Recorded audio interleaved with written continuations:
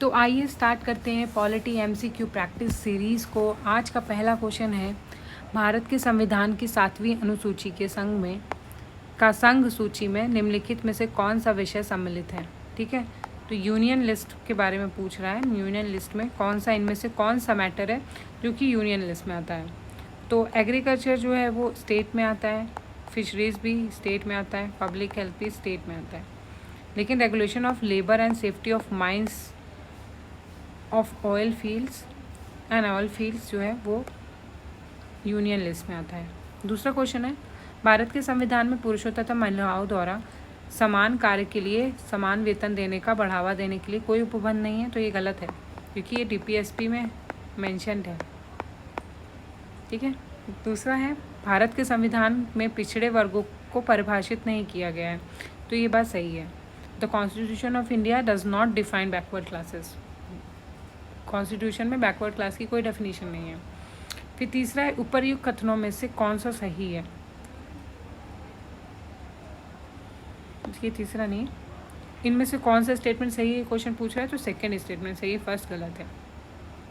फिर अगला क्वेश्चन है, केवल राज्यसभा में यह शक्ति निहित है कि वह यह घोषणा करे कि राज्य सूची में से किसी विषय के संबंध में राष्ट्रीय हित में संसद विधि बना सकती है। Rajya Sabha alone has the power to declare that it would be in national interest for the parliament to legislate with respect to a matter in state list. तो ये बिल्कुल सही बात है। स्टेट लिस्ट से रिलेटेड डिसीजंस राज्यसभा के अंडर ही आते हैं। दूसरा है, आपात की उद्घोषणा को अनुमोदन करने वाले संकल्प केवल लोकसभा द्वारा पारित किए जाते हैं। Resolution approving the proclamation of emergency are passed only by the Lok Sabha. तो ये गलत है क्योंकि राज्यसभा और लोकसभा दोनों को इक्वल पावर होती है। ठीक है, लेकिन अगर वही उस इमरजेंसी को ख़त्म करना है, प्रोवोकेट करना है, तब आप सिर्फ उसको लोकसभा में उस बिल को पास करके इमरजेंसी को ख़त्म कर सकते हैं। अगला क्वेश्चन है, भारत में प्रत्येक राज्य के राज्य क्षेत्र में एक उच्च न्यायालय विद्यमान है। तो ये गलत है क्योंकि अभी हमने इसी सीरीज़ में देखा था कि अंडमान एंड निकोबार का जो हाई कोर्ट है वो कोलकाता में है। ठीक है, इस तरह लक्षद्वीप का केरला में है। तो सारे ही राज्य के पास में उनका खुद का उच्च न्यायालय नहीं है। ठीक है, कुछ को शेयर करना पड़ता है, जैसे कि पंजाब, चंडीगढ़ और हरियाणा को एक ही हाई कोर्ट में शेयर करना पड़ता है। दूसरा स्टेटमेंट कहता है कि भारत के संविधान में प्रावधान है कि प्रत्येक राज्य में एक उच्च न्यायालय हो। तो ऐसा सही है कि सारे ही स्टेट और यूनियन टेरिटरी के पास में एक एटलीस्ट हाई कोर्ट होना ही चाहिए, भले ही वो शेयर क्यों ना करना पड़े। इसलिए सेकेंड स्टेटमेंट सही है, लेकिन फर्स्ट स्टेटमेंट गलत है। फिर अगला है, 104th कॉन्स्टिट्यूशन अमेंडमेंट एक्ट से रिलेटेड है। निजी वो providing quota to socially educational backward classes in private educational institute. अगला क्वेश्चन है, निम्नलिखित में कौन सा आयोग भारत के संविधान के एक अनुच्छेद के अंतर्गत सुस्पष्ट उपबंध के पालन के में गठित हुआ है। Which among the followings commission was set up in pursuance of a definite provision under an article of Constitution of India। तो वो था इलेक्शन कमीशन। अगला है, 1946 में बनी अंतरिम सरकार में डॉक्टर राजेंद्र प्रसाद के पास कौन सा विभाग था। तो वो फूड एंड एग्रीकल्चर था, खाद्य तथा कृषि। अगला क्वेश्चन है, कोई व्यक्ति जिसने अब किसी उच्च न्यायालय के स्थायी न्यायाधीश के रूप में पद धारण किया है, उच्चतम न्यायालय के सिवाय भारत के किसी न्यायालय या किसी प्राधिकारी के समक्ष अभिवचन या कार्य नहीं कर सकता। A person who has held office as a permanent judge of a high court cannot plead or act in any court before any authority in India except the Supreme Court। तो ये गलत हो जाता है। क्यों? क्योंकि अगर कोई पर्सन जज हो जाता है हाई कोर्ट का, तो वो प्ली नहीं कर सकता कहाँ पे, उसी हाई कोर्ट में प्ली नहीं कर सकते जिसमें वो जज रहे हो, लेकिन किसी अदर हाई कोर्ट में वो प्ली कर सकते हैं और प्रैक्टिस भी कर सकते हैं।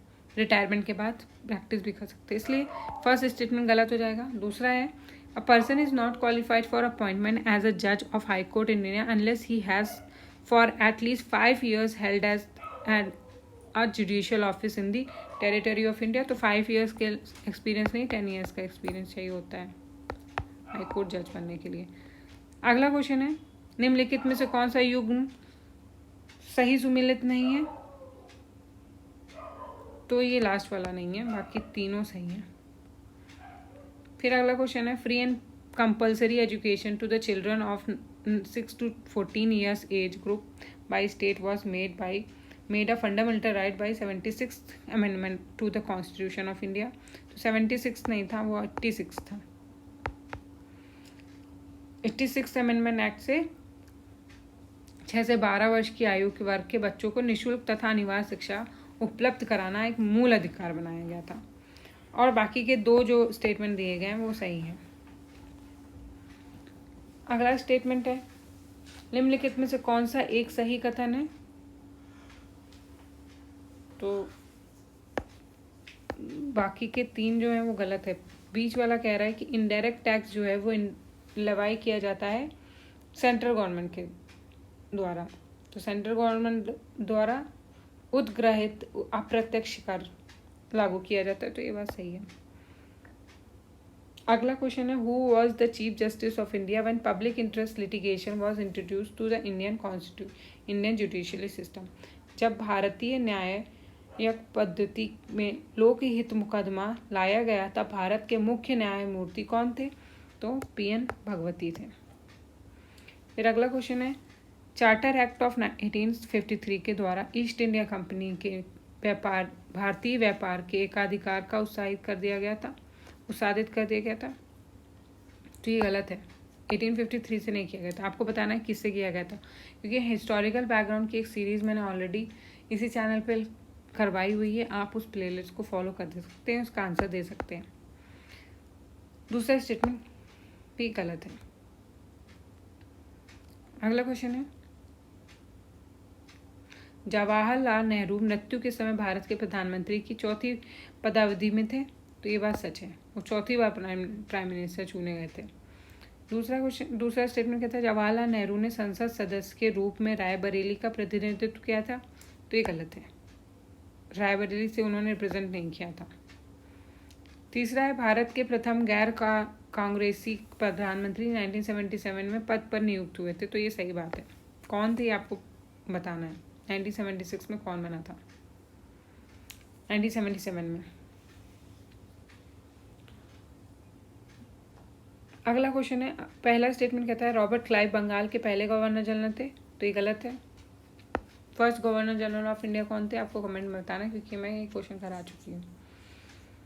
दूसरा है, विलियम बेंडिक भारत के पहले गवर्नर जनरल थे। तो इंडिया के फर्स्ट गवर्नर जनरल के बारे में बात कर रहे हैं। और पहले स्टेटमेंट में पूछ रहा है गवर्नर जनरल ऑफ बंगाल। तो विलियम बेंडिक जो थे वो गवर्नर जनरल ऑफ इंडिया थे। वॉरेन हेस्टिंग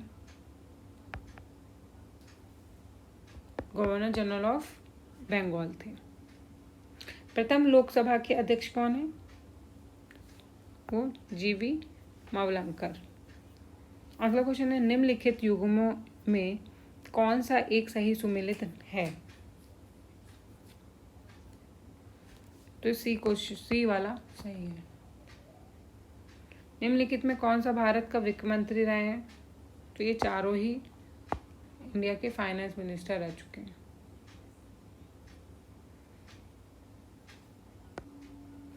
अगला क्वेश्चन है, निम्नलिखित में कौन सा आयोग भारत के संविधान के एक अनुच्छेद के अंतर्गत सुस्पष्ट उपबंध के पालन के में गठित हुआ है? Which among the followings commission was set up in pursuance of a definite provision under an article of Constitution of India? तो वो था इलेक्शन कमीशन। अगला है, 1946 में बनी अंतरिम सरकार में डॉक्टर राजेंद्र प्रसाद के पास कौन सा विभाग था? तो वो फूड एंड एग्रीकल्चर था, खाद्य तथा कृषि। अगला क्वेश्चन है, कोई व्यक्ति जिसने अब किसी उच्च न्यायालय के स्थायी न्यायाधीश के रूप में पद धारण किया है, उच्चतम न्यायालय के सिवाय भारत के किसी न्यायालय या किसी प्राधिकारी के समक्ष अभिवचन या कार्य नहीं कर सकता। A person who has held office as a permanent judge of a high court cannot plead or act in any court before any authority in India except the Supreme Court. तो ये गलत हो जाता है. क्यों? क्योंकि अगर कोई पर्सन जज हो जाता है हाई कोर्ट का तो वो प्ली नहीं कर सकता. कहाँ पे? उसी हाई कोर्ट में प्ली नहीं कर सकता जिसमें वो जज रहे हो. लेकिन किसी अदर हाई कोर्ट में